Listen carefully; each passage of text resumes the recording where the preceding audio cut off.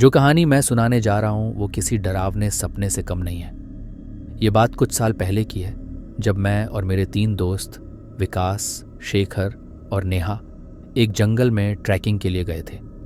उस जंगल का नाम था काला वन और इस जंगल के बारे में हमेशा से एक अजीब सी कहानी सुनी जाती थी। कहा जाता था कि जो भी इस जंगल में गया वो कभी लौट कर नहीं आया, लेकिन हमें तो रोमांच चाहिए था। डर जैसी कोई चीज़ हमारे दिमाग में थी ही नहीं।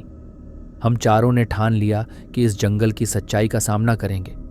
यही सोचकर हम उस जंगल की ओर निकल पड़े। पर अगर मुझे तब पता होता कि ये जंगल हमारी जिंदगी को हमेशा के लिए बदल देगा, तो शायद मैं कभी उस रास्ते पर कदम ही नहीं रखता। जंगल में घुसते ही माहौल कुछ अजीब सा लगा। पेड़ इतने घने थे कि सूरज की रोशनी भी मुश्किल से जमीन तक पहुंच रही थी। हवा में एक अजीब सी ठंडक थी और चारों तरफ एक गहरी खामोशी छाई हुई थी। पक्षियों की आवाज तक नहीं सुनाई दे रही थी, जैसे पूरा जंगल सांस रोक कर खड़ा हो। यार, ये जंगल कुछ ज्यादा ही शांत नहीं है, नेहा ने हल्के से कहा। विकास ने हंसते हुए उसे छेड़ा। अरे डर मत, ये तो बस शुरुआत है। रोमांच चाहिए था ना तुम्हें। हम सब हंस दिए, लेकिन सच कहूं तो मेरे दिल में एक अजीब सा डर घर कर रहा था। ऐसा लग रहा था कि कोई हमें देख रहा है, कोई छुपकर हमारी हर हरकत पर नजर रखे हुए है। लेकिन मैंने उस वक्त इसे नजरअंदाज कर दिया। हमने शाम तक जंगल में काफी अंदर तक सफर तय किया, लेकिन जैसे जैसे सूरज ढलने लगा, जंगल की हवा और भी ठंडी और भारी हो गई।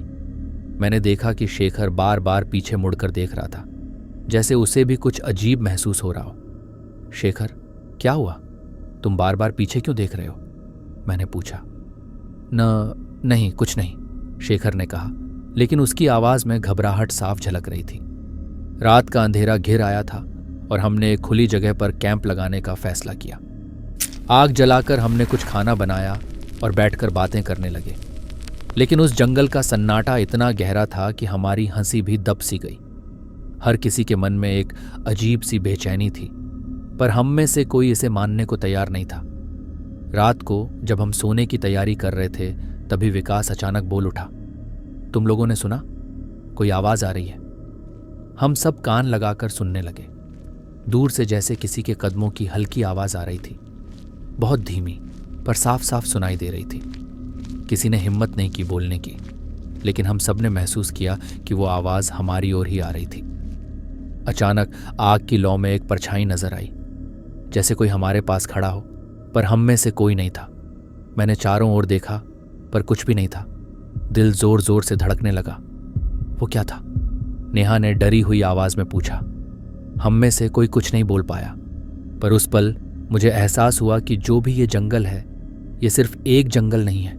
यहाँ कुछ है, कुछ ऐसा जो हमें यहाँ नहीं देखना चाहिए था। अगले दिन हम जल्द से जल्द जंगल से बाहर निकलने का फैसला कर चुके थे। हमारी हंसी मजाक अब गायब हो चुकी थी। हर कोई अजीब सी घबराहट महसूस कर रहा था और ये बात साफ थी कि अब किसी के मन में रोमांच नहीं, बस डर था। हम जल्दी जल्दी अपना सामान समेटने लगे और बाहर की ओर बढ़ने लगे। लेकिन जैसे जैसे हम आगे बढ़ रहे थे, रास्ता और भी उलझता जा रहा था। ऐसा लग रहा था जैसे जंगल हमें बाहर जाने का रास्ता नहीं दे रहा हो। हर पेड़, हर मोड़ एक जैसा दिख रहा था। हम फंस चुके थे। शेखर सबसे पीछे चल रहा था। अचानक मैंने सुना कि शेखर की चीख गूंज उठी। मैं तुरंत पीछे मुड़ा। शेखर, क्या हुआ? मैंने जोर से चिल्लाया, पर वहां शेखर नहीं था। बस उसकी चीख की गूंज हमारे कानों में थम चुकी थी। हम तीनों पागलों की तरह उसे ढूंढने लगे। हर जगह, हर कोने में देखा, पर शेखर का कोई नामो निशान नहीं था। ऐसा लगा जैसे वो हवा में ही गायब हो गया हो। यह कैसे हो सकता है? नेहा की आंखों में डर साफ था। विकास ने कहा, यह जंगल हमें मार डालने वाला है, हमें यहां से भागना होगा और जल्दी। लेकिन भागने का कोई रास्ता नहीं था। रात गिर चुकी थी और अब हम बस किसी तरह जिंदा बचने की कोशिश कर रहे थे। हम तीनों एक पेड़ के पास बैठे थे, लेकिन अब हमें कुछ समझ नहीं आ रहा था कि करें क्या। हर तरफ से वो ही अजीब सी छाया हमें घेर रही थी। अचानक नेहा उठी और चुपचाप जंगल की ओर चलने लगी। मैंने और विकास ने उसे रोकने की कोशिश की, पर उसकी आंखों में जैसे कोई होश ही नहीं था। वो बस धीरे धीरे आगे बढ़ रही थी, जैसे कोई उसे खींच रहा हो। नेहा रुको, मैं चिल्लाया, पर उसने हमारी एक न सुनी और फिर ठीक हमारे सामने नेहा भी हवा में गायब हो गई। हम दोनों पत्थर की तरह जड़ हो गए। ऐसा लग रहा था जैसे जंगल खुद हमें निगल रहा हो। विकास जोर जोर से चिल्लाने लगा, ये जंगल हमें नहीं छोड़ेगा, हम सब मरने वाले हैं। लेकिन मेरे अंदर अब कुछ और ही हो रहा था। मुझे एहसास हो चुका था कि ये जंगल सिर्फ एक जगह नहीं है, ये किसी तरह की बुरी आत्मा का वास है और अब ये हमसे खेल रही थी। सुबह की पहली किरण के साथ मैं और विकास जंगल से बाहर निकलने की आखिरी कोशिश कर रहे थे। हमने अपनी पूरी ताकत लगाई, लेकिन हर बार हम वहीं लौट आते जहां से चले थे। विकास अब पूरी तरह टूट चुका था। हम कभी इस जंगल से बाहर नहीं निकलेंगे, उसने टूटे हुए स्वर में कहा। अचानक जंगल के बीच से एक बुजुर्ग आदमी सामने आ गया। उसका चेहरा धूल और धुएं से ढका हुआ था और उसकी आंखों में एक अजीब सी चमक थी। तुम लोग यहां क्यों आए? उसने धीरे से पूछा। हम कुछ भी नहीं कह पाए। वो आदमी हंसा और बोला, जो भी इस जंगल में आता है वो फिर कभी बाहर नहीं जाता। ये जंगल खुद एक जाल है। ये जगह तुम्हारे डर को खींचकर तुम्हें खत्म कर देती है। तुम यहां से कभी नहीं निकलोगे। विकास अचानक उसके सामने गिर पड़ा और रोने लगा। हमें छोड़ दो, हमें जाने दो। लेकिन उस आदमी की आंखों में कोई दया नहीं थी। तुम लोगों ने इस जगह के नियम तोड़े हैं, अब तुम्हारा अंत यहीं होगा। और ठीक उसी पल विकास के शरीर से जैसे जान निकल गई। वो मेरे सामने ही जमीन पर गिर पड़ा और उसकी आंखें हमेशा के लिए बंद हो गईं। मैं चीख पड़ा, पर मेरी आवाज जैसे उस जंगल में खो गई। वो आदमी धीरे धीरे गायब हो गया।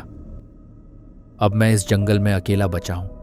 मेरी सांसें तेज चल रही हैं और मुझे पता है कि मेरा समय भी आ चुका है। हर तरफ से वही छायाएं फिर से मुझे घेर रही हैं, लेकिन अब मुझे कोई उम्मीद नहीं है। इस जंगल ने मेरे दोस्तों को मुझसे छीन लिया और अब मैं भी इसका हिस्सा बनने जा रहा हूं। अगर कोई ये कहानी सुन रहा है तो मेरी एक सलाह है, कभी इस जंगल के करीब मत जाना। ये जंगल कोई साधारण जगह नहीं है। ये एक जाल है जो आपकी आत्मा को खींचकर खत्म कर देता है। और अब मैं अपने अंतिम पल का इंतजार कर रहा हूं। शायद अगली बार जब कोई इस जंगल में आएगा तो उसे मेरी आवाज सुनाई देगी।